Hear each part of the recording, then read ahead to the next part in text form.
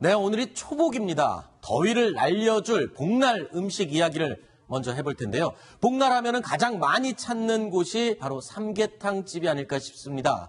그런데요, 오늘 아침 신문에 보니까 생닭 판매 비중이 매년 6월, 그러니까 복이 있는 달에 이 현저히 점점 줄고 있다라고 나와 있는데 맞습니까? 네, 그렇죠. 삼계탕의 소비가 점점 줄어든다고 합니다. 네. 일단 보시면은요, 삼계탕의 소비가 2015년에 60.9%죠. 6월에 주요 보양식 매출에 압도적이죠. 점점 줍니다. 50%선이 깨지게 생겼네요. 그런데 뭐 이게 보안제 아니겠습니까? 닭이 빠지면 장어는 올라가겠죠. 장어도 닭이 장어가 달게 아니, 보완제였습니까? 왜냐면 대부분의 우리가 생각하고 있는 보양식의 삼계탕, 그 다음에 뭐 장어 이런 것들 아니겠어요? 네네. 그 뭔가 하나 먹어야 될 텐데 닭을 안 먹게 되면 상대적으로 이제 보완제가 대체제군요. 그렇죠. 대체제 성격이 있는 장어의 소비는 늘어나는 거죠. 그래서 장어의 소비가 빠른 속도로 증가를 합니다. 4.9에서 13.5%까지.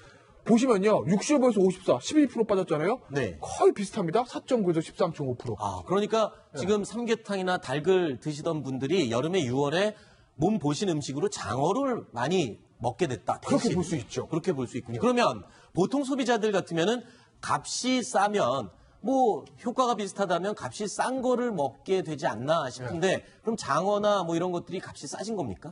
뭐 그런 측면도 있죠. 장어가 예전에 굉장히 비쌌는데 요새는 뭐 장어를 대규모 양식으로 하기 때문에 뭐 네. 키로에 얼마 그래서 싸게 파는 곳도 늘어났습니다. 하지만 아무리 싸졌다고 그래도 삼계탕보다는 장어가 비싼 게 뭐 상례 아니겠습니까? 네. 그런데 지금 뭐 할인 관계자 얘기도 보시면 닭 매출은 점점 줄어든다. 여러 네. 가지 이유들을 우리가 생각을 하고 있는데 AI 영향도 있었을 거예요. AI 영향도 네. 있고요. 그리고 역시 선택 범위도 넓어지고 있고 네. 또 하나는 이런 얘기들을 하는 경우들도 있어요. 젊은 층 입장에서 보면 네. 삼계탕이 열량이 좀 많다라는 거예요. 네. 근데 이제 장어는 상대적으로 열량이 좀 적으니까 야, 이왕 보양식 할 거면 똑같은 단백질이면 열량이 적어서 살 덜 찌는 걸 먹자. 이런 선택의 어떤 기호들 때문에 삼계탕에서 조금 장어 쪽으로 이동을 한다. 네. 분석도 있습니다. 자, 삼계탕의 인기가 점점 갈수록 시들시들해지고 장어나 전복 뭐 이런 다른 보양식들이 뜨고 있다. 이런 소식인데요. 또 여름 보양식, 복날 먹는 음식 가운데 글쎄요.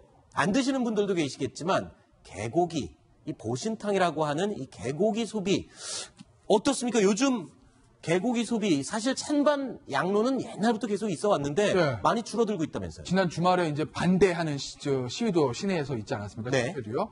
일단 육견 단체예요. 육견 먹는 개란 뜻입니다. 네. 육견 식용견과 반려견을 구분한다.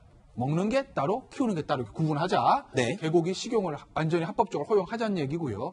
거기에 반해서 동물 자유용대는 지금 식용개 사육이 엄연하게 불법 아니냐. 네. 그러니까 아예 식용까지도 전부 다 아예 불법으로 딱 금지를 해야 된다라는 입장인 거죠. 사실 도축도 이 위생 과정에서 좀 문제가 있어서 이 도축 과정에서도 많이 지적이 나오고 있었죠. 예.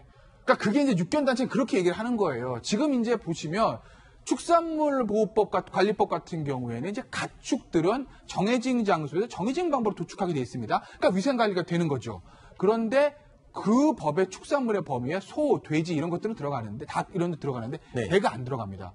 그러니까 차라리 거기다가 그런 식용 가축 개도 넣어서 차라리 개도 소나 돼지처럼 합법적으로 도축하게 하면 네. 위생의 문제, 뭐 잔인한 도축 이게 없어질 거 아니냐는 얘기를 하는 거고 네. 동물보호단체 입장에서 무슨 소리야 지금 축산물관리법에 개가 안 들어가는데 그럼 개는 동물보호법에 규정을 받는 건데 그렇게 따지면 개를 잡는 거는 어떤 형태로든지 처벌받는 거 아니야?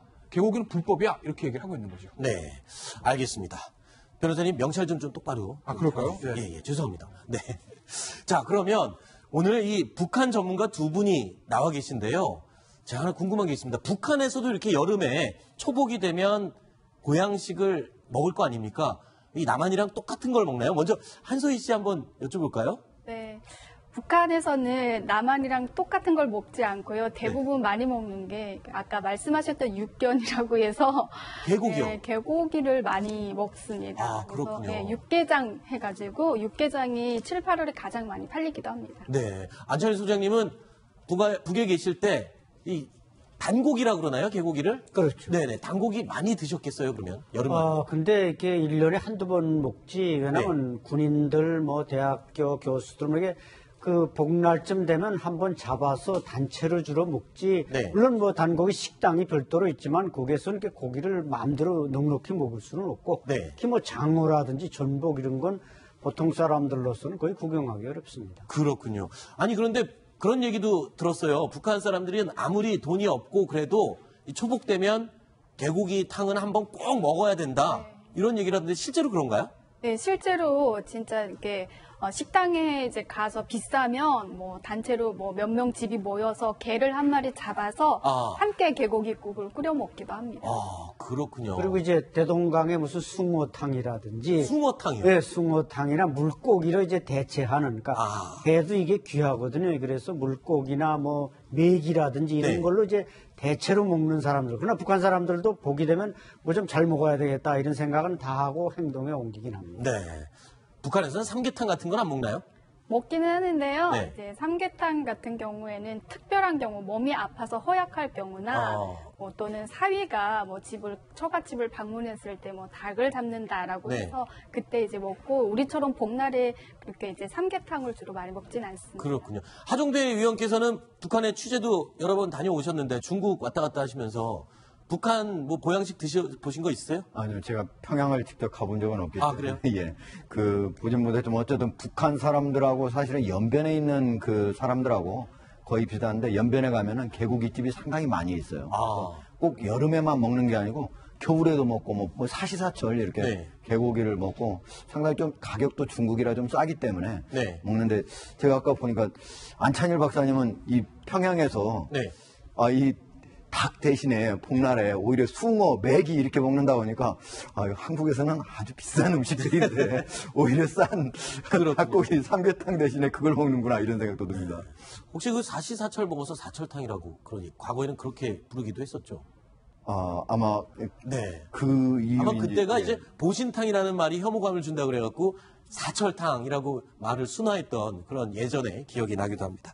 자, 오늘 초복이어서 첫 번째 소식 보양식으로 저희가 이야기를 나눠봤는데 마지막으로요. 근데 이 보양식이요. 그냥 다 먹는다고 모든 사람의 몸에 맞는 건 아니라고 합니다. 전문가 얘기를 한번 들어보시죠.